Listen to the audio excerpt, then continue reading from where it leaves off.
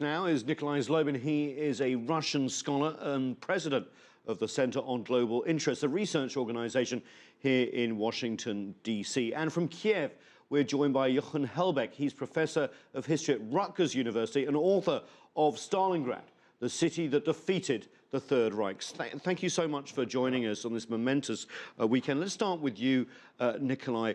It's worth remembering just how big a sacrifice the Russians absorbed in World War II, isn't it? Well, yes, we can talk about 27 at least million people were killed and died during World War II.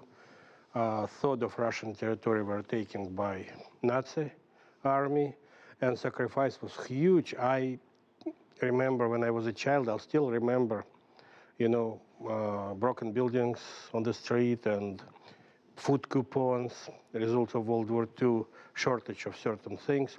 So for Russians, this victory, May of 1945, probably the biggest event in the life of last several generations of Russian people. More important and more historically serious for them than breakup of the Soviet Union. That's something which basically shaped the political and historic memory of Russia.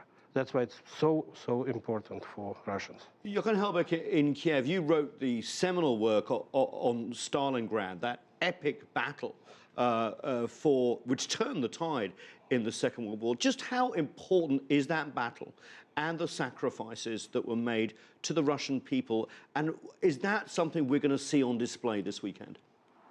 Oh, absolutely. The Stalingrad battle was the turning point of World War II. In military terms, it was a huge turning point where the Soviets, for the first time, captured a huge German army. It was the biggest success to date, and it was a moralizing battle. The morale was propped up, and on the other side, the German side, the Germans were dejected as Stalingrad, militarily but also psychologically. And the reason really for this was that it was the biggest media battle of the Second World War. So it was announced while it was underway, as it began already, to the whole world, and that's why it became the turning point, because the whole world was watching, and people in Britain were thronging the pubs in the evenings in September and October '42 to follow how the Soviet defenders of Stalingrad were doing, how they were clinging on. So this was really a worldwide event, and German viewers were tuned in until the battle turned sour, and then they were tuned out, and there was silence until the defeat, and then they were all proclaimed dead for the fatherland, because defeat and captivity was just considered too shameful to admit. So it was a huge turning point, and I completely agree with Dr. Zlobin that this the memory of World War II is extremely important, not only for Russians, but for former Soviet citizens in many other post-Soviet countries. And it's 27 million Soviet citizens who died, not Russians. So there's a slight distinction here. They died collectively as Soviet citizens, and so that is the memory that we're addressing today.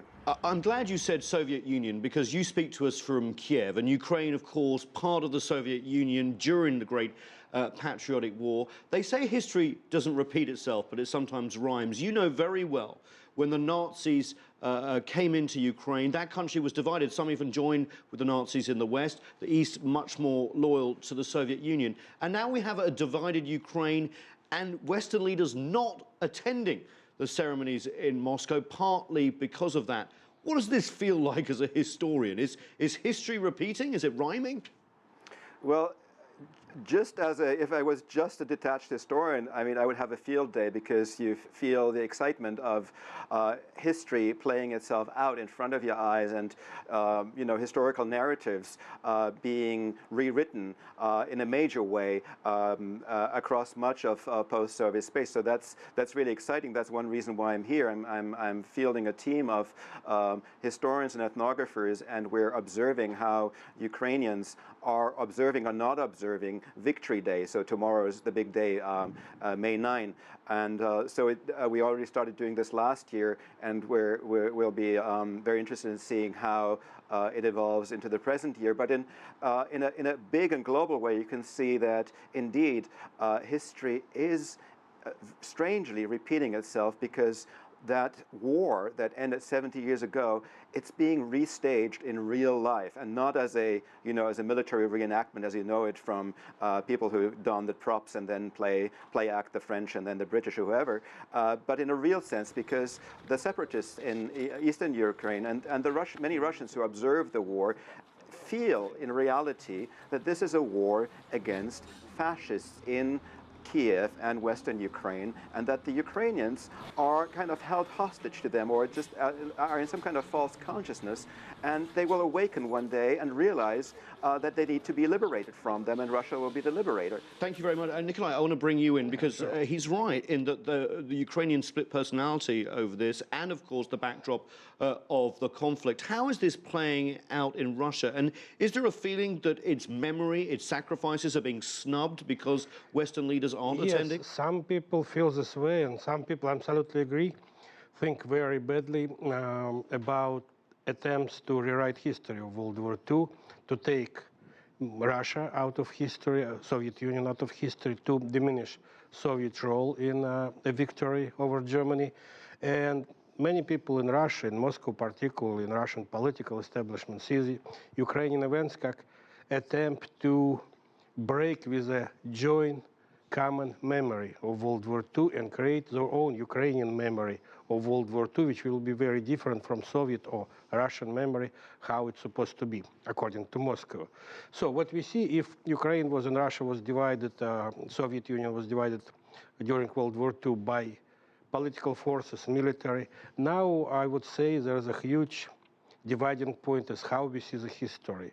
What side of the history you want to be, how you judge May 9th, Victory Day, how you conclude what's happened after that. And Russian and Ukrainian answers now very different. And we have to remember, yes, for many, many years it was a common memory, common understanding of World War II in Soviet Union and all post-Soviet countries. And now we have so many versions of World War II in a place where used to be one official history. Well, Jochen, is that right? Didn't we get two versions of World War II because of the Cold War? They say winners write history, but there were two winners, weren't there? The Soviet Union and the Western Allies. Are we now seeing in that sort of post-Soviet, this sort of mess of history, and it's still playing out on the European continent when we talk about countries like Ukraine? Oh, absolutely. So there were really two two opposing narratives that formed during the Cold War. So one was the Soviet narrative that Nikolai Zlobin already talked about. And so the other one is essentially the, I would say, US or Western-centric narrative about winning World War II. And I think it is as much by oblivion as by calculus that the Soviet side is driven out, because it was the old ally of World War II, but it became the new enemy of the post-war, of the Cold War. And so its contribution, its absolutely decisive contribution to liberating Europe from Nazism was essentially written into the background. And so on that score, I really sympathize with the Russian insistence that this needs to be remembered and be properly remembered. And the Russians are speaking not just for themselves. Putin actually today addressed Ukrainian citizens as well and sort of invited them to join in the celebrations. Some Ukrainian read this as a sort of an imperialist gesture, but the Russians feel as the successors to the Soviet Union, and so they're using the same universal language. They're not cultivating a Russian memory, they're cultivating the Soviet memory that includes the others. And so I do sympathize with that side, because I think it has not received the proper due in the West. I do not feel much sympathy for the bombastic glory, the very bragging kind of aesthetics of celebrating the war today. I think that's over the top pompous, and it certainly has a lot to do with power politics today, aside from the memory. But I think the basic point is that I think this memory must not go away, and so I hope that the present crisis will not lead to another Cold War that will again and ultimately silence the Soviet contribution to this victory.